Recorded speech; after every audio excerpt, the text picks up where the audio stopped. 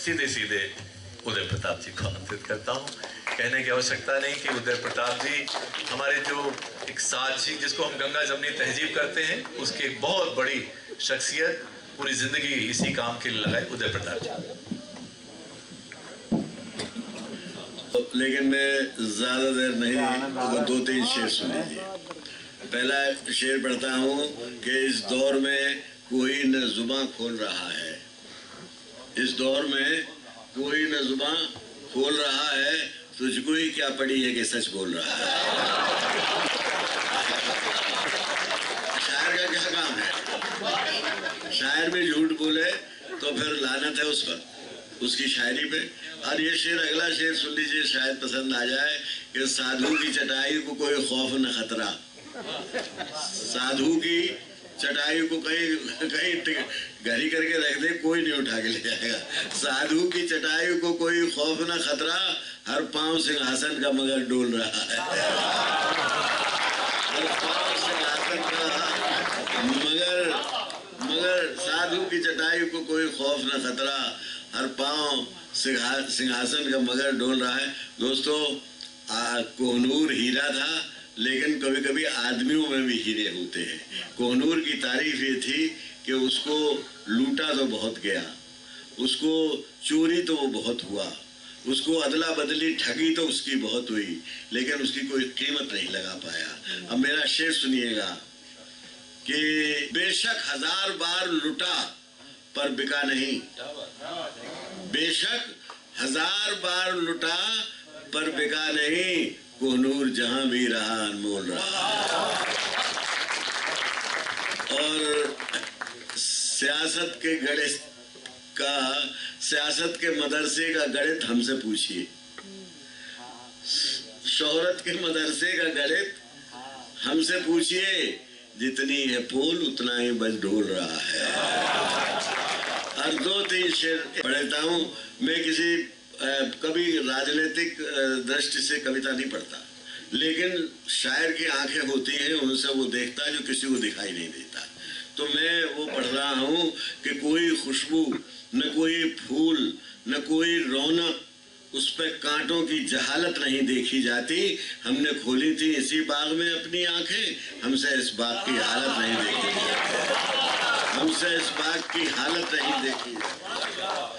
वही आकाश वही धरती है, जलवायु वही, देशभक्तों के कलेजों में मगर आग नहीं, और इतने नेताओं के नुमाइश में न कोई चेहरा जिसके दामन पे गुनाहों का लगा दाग नहीं। कल की आवाज बगावत पे उतर आई है, दल के दलदल से हमें कोई सरोकार नहीं। तुमने हम व्यवस्था पे चोट करते, सरकारों पे नहीं करते। और सरकारें इतनी बेवकूफ है कि वो व्यवस्था को अपन खुद समझ लेती है कि हम ही व्यवस्था है। अरे तुम 5 साल के लिए आए हो, लेकिन व्यवस्थाएं 100 साल पुरानी हमारी खराब है। हम उन पर चोट कर रहे हैं और आप समझ रहे हैं कि आप पर चोट हो रही है। तो मैंने कल की आवाज बगावत पे उतर आई है, दल के दलदल से हमें कोई सरोकार नहीं। इस देश की तस्वीर बिगाड़ी ऐसे जैसे इस देश की मिट्टी से तुम्हें प्यार नहीं। तुमने क्या काम किया ऐसे अभागों के लिए, जिनकी मेहनत से तुम्हें ताज मिला, तख्त मिला। उनके सपनों के जनाजों में तो शामिल होते, तुमको शतरंज की चालों से नहीं वक्त मिला, तुमको शतरंज की चालों से नहीं वक्त मिला। पूछता हूँ मैं, बता दो सियासत। बीच में बहुत नज्म छोड़ रहा हूँ, लंबी नज्म है, लेकिन मैं बिल्कुल आखिरी 4 बंद पढ़े दे रहा हूँ कि पूछता हूँ मैं, बता दो सियासत वालों, आदमी अपने ही ईमान का दुश्मन क्यों है। एक ईश्वर है पिता, उसका सगी 2 बहनें, आरती और नमाजों में ये अनबन क्यों है। उनकी आदत में नहीं खून से कपड़े रंगना, कोई मजबूरी रही होगी यकीदा तो नहीं। और अपने दामन में जरा झांक के तुम ही कह दो, अपने मतलब से कहीं तुमने खरीदा तो नहीं। बात करने को उसूलों की सभी करते हैं, वोट लेने का ये नाटक है, इसे खत्म करो। ऐसी आज़ादी गुलामी से बहुत बदतर है। ये जो चिंतन है वो घातक है, इसे खत्म करो, वरना अंजाम वही होगा जो औरों का हुआ।